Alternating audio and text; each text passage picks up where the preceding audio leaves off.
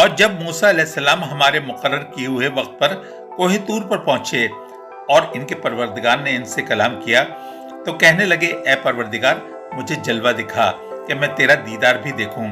परवरदिगार ने कहा, तुम मुझे हरगिज ना देख सकोगे। हाँ, पहाड़ की तरफ देखते रहो, अगर ये अपनी जगह कायम रहा तो तुम मुझे देख सकोगे। जब इनका परवरदिगार पहाड़ पर नमूदार हुआ तो तजल्ली रब्बानी ने इसे रेजा रेजा कर दिया और मूसा अलैहिस्सलाम बेहोश होकर गिर पड़े। जब होश में आए तो कहने लगे, तेरी जात पाक है और मैं तेरे हुजूर तौबा करता हूँ और जो ईमान लाने वाले हैं मैं इन सब से अव्वल हूँ।